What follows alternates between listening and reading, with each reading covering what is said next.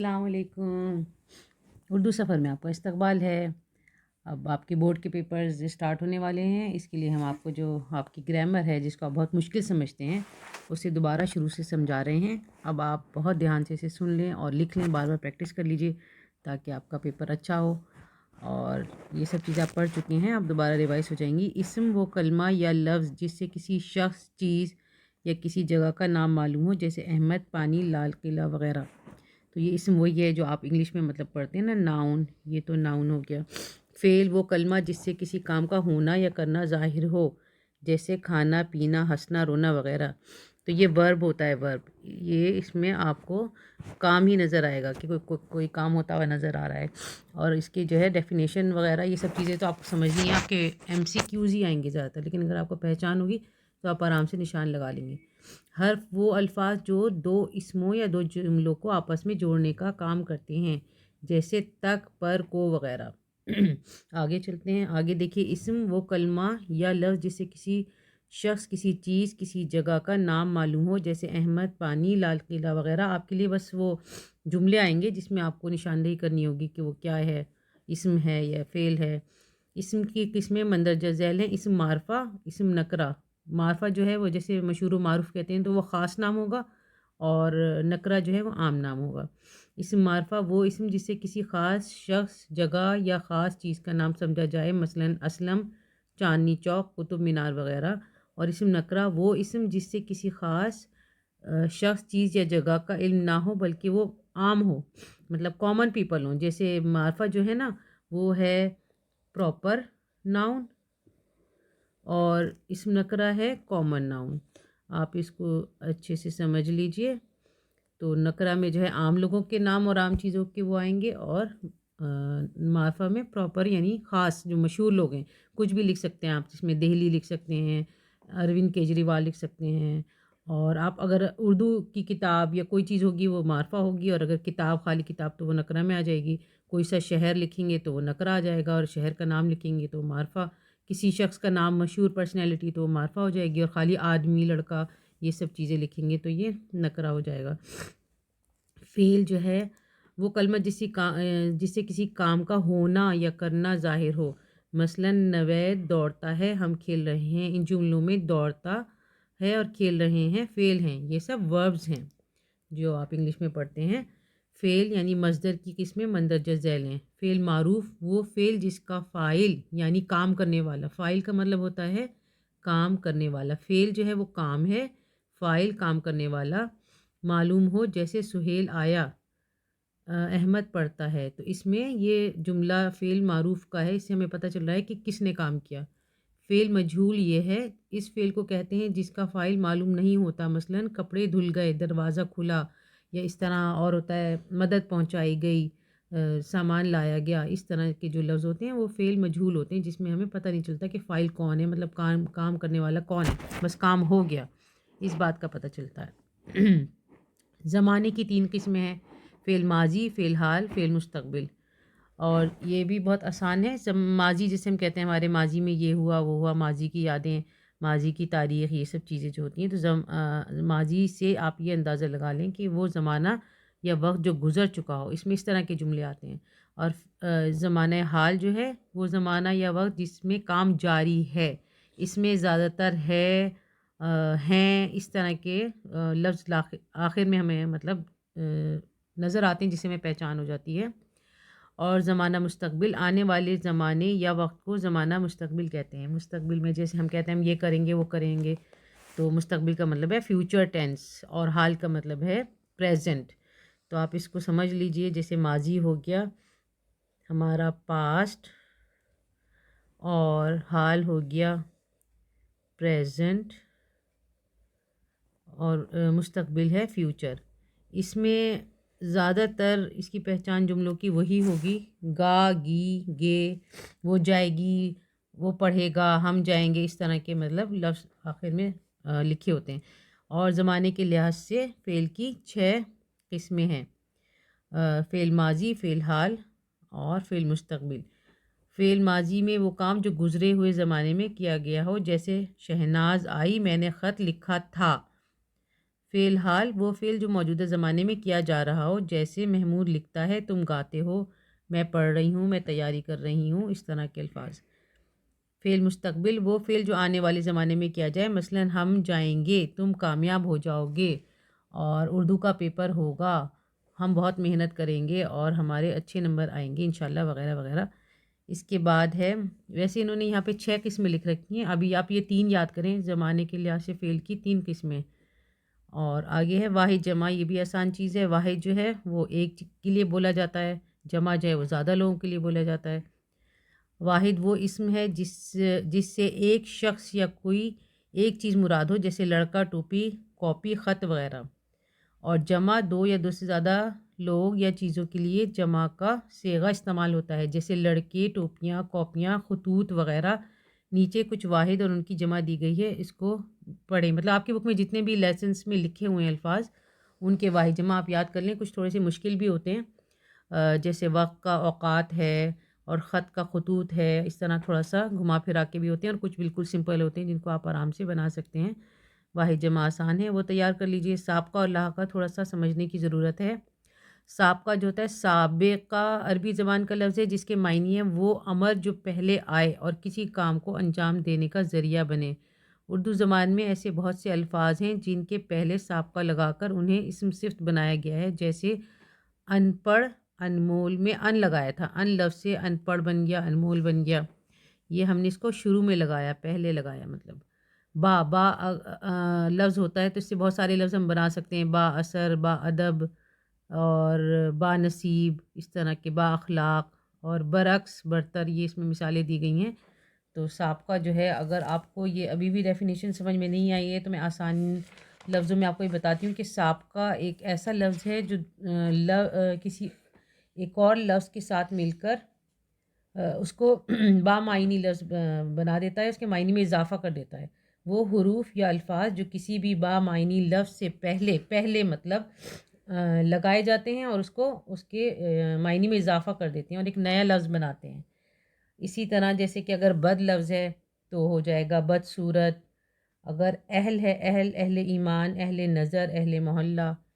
اور کوئی بھی لفظ جو شروع میں آئے گا وہ پہلے آئے گا تو وہ سابقہ ہو جائے گا، اور بعد میں جو لاحقہ ہے تو وہ جو بعد میں آئے گا وہ لاحقہ بن جائے گا، ظاہر ہے۔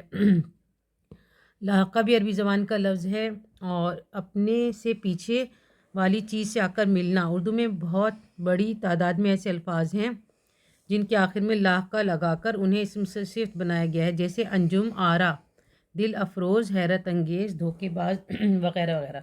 اور اس میں بھی یہ ہے کہ جیسے سابقہ میں پہلے لگے گا، لاحقہ میں بعد میں لگے گا۔ کوئی سا بھی لفظ ہم ایسے بنا سکتے ہیں، جیسے ایک لفظ ہے پسند، تو یہ دیا گیا، اس میں آپ نے لاحقہ ہے یہ، تو اس سے بہت سارے لفظ بنانے، تو ہو سکتا ہے صلح پسند، امن پسند، اس طرح بہت سارے لفظ۔ بس آپ کو لفظ بنانے کے لیے نہیں آئیں گے، آپ کو شاید صرف یہی آئے گا کہ یہ لاحقہ ہے، یہ سابقہ ہے، آپ کو یہ بتانا ہوگا۔ اور ترقی پسند، اس طرح کے ورڈ۔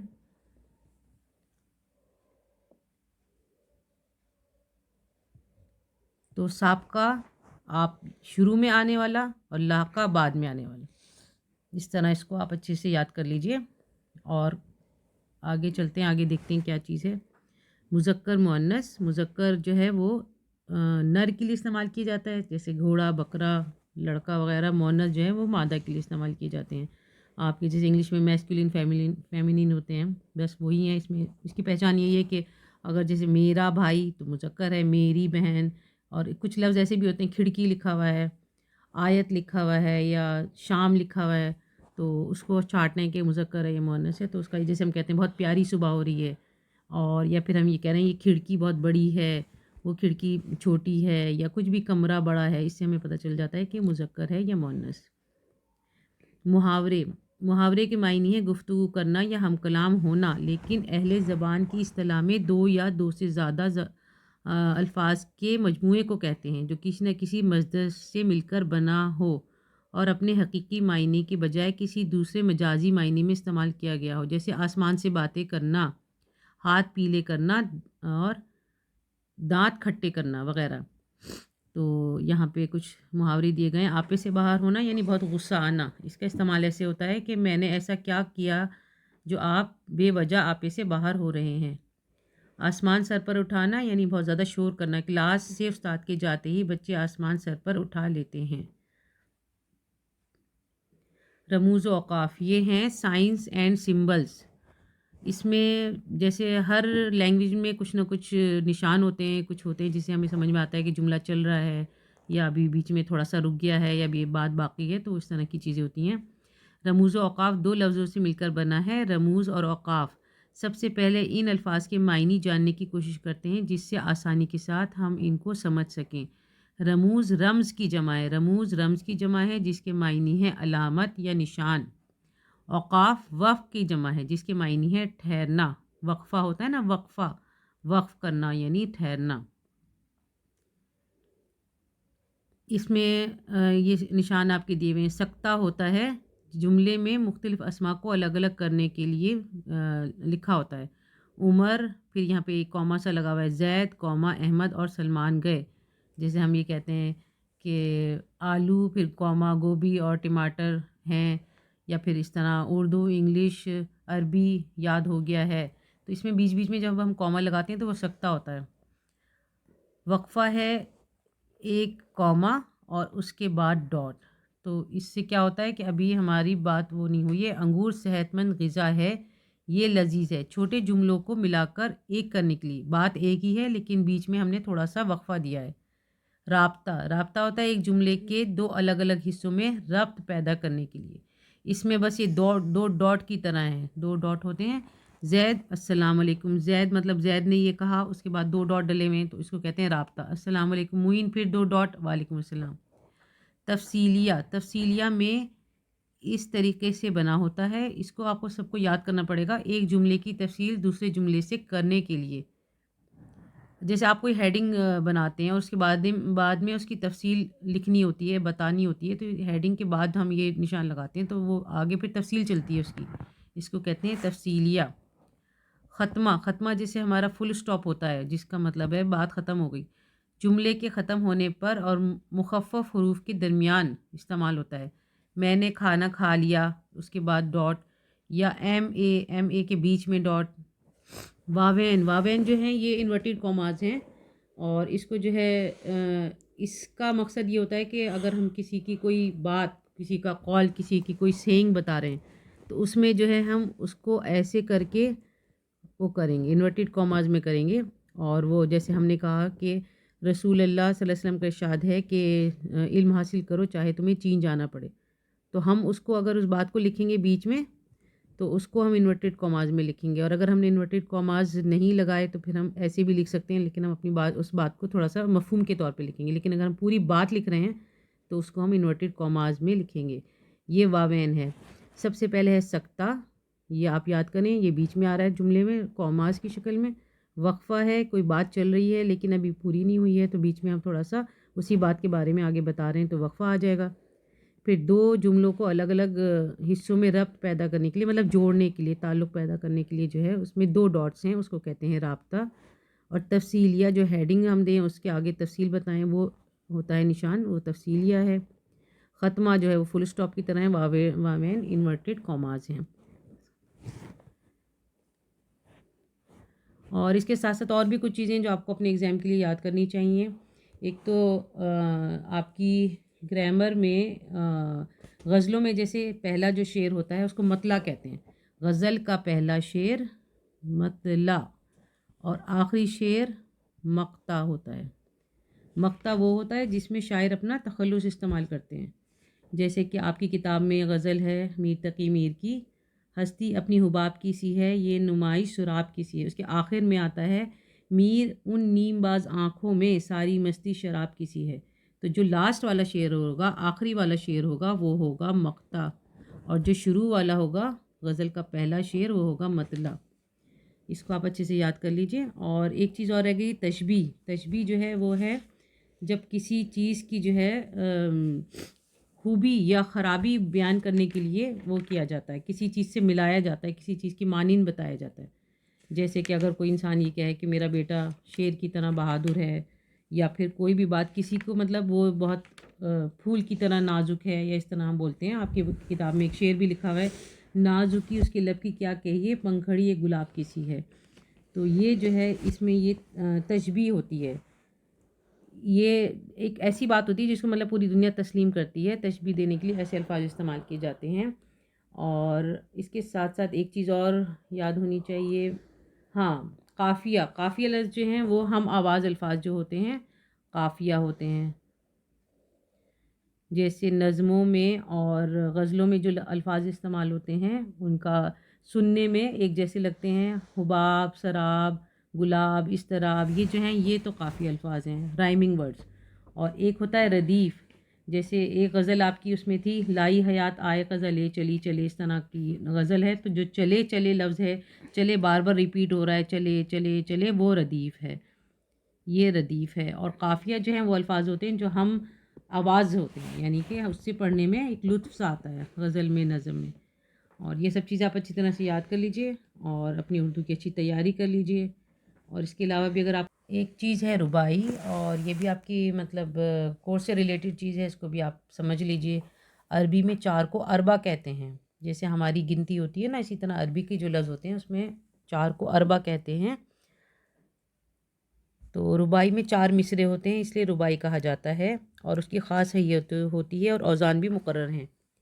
اور ربائی میں مطلب جو بات ہوتی ہے وہ ایک مختصر بات کو بس 4 مصروں میں بیان کر دیا جاتا ہے. کوئی لمبی چوڑی غزل یا نظم نہیں ہوتی ہے، بلکہ بس 4 لائنوں میں ہوتا ہے. ربائی کی مثال یہ ہے، دنیا بھی عجب سرائے فانی دیکھی، ہر چیز یہاں کی آنی جانی دیکھی، جو آ کے نہ جائے وہ بڑھاپا دیکھا، جو جا کے نہ آئے وہ جوانی دیکھی. یہ آپ بس صرف آپ یہ یاد کر لیں کہ مطلب ربائی کیا چیز ہوتی ہے. اور عربی میں 4 کو اربع کہتے ہیں. اور 4 لائنوں والا جو وہ ہوتا ہے، ایک اردو میں ایک صنف ہے، اس کو کیا کہتے ہیں. بس اس طرح کی چیزوں کو یاد کر لیجئے. یہ بھی آپ کے کورس میں مطلب ہے اور آپ کے امتحان میں آ سکتا ہے.